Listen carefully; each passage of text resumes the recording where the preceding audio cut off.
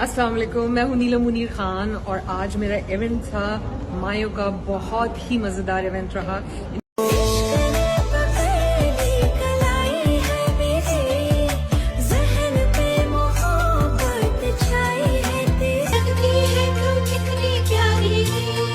और इतना amazing dance floor था, म्यूजिक था, लाइट्स, एवरीथिंग।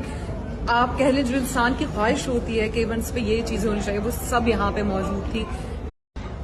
अस्सलाम वालेकुम, मैं हूं नीलम मुनीर खान और आज मेरा इवेंट था मायो का। बहुत ही मजेदार इवेंट रहा।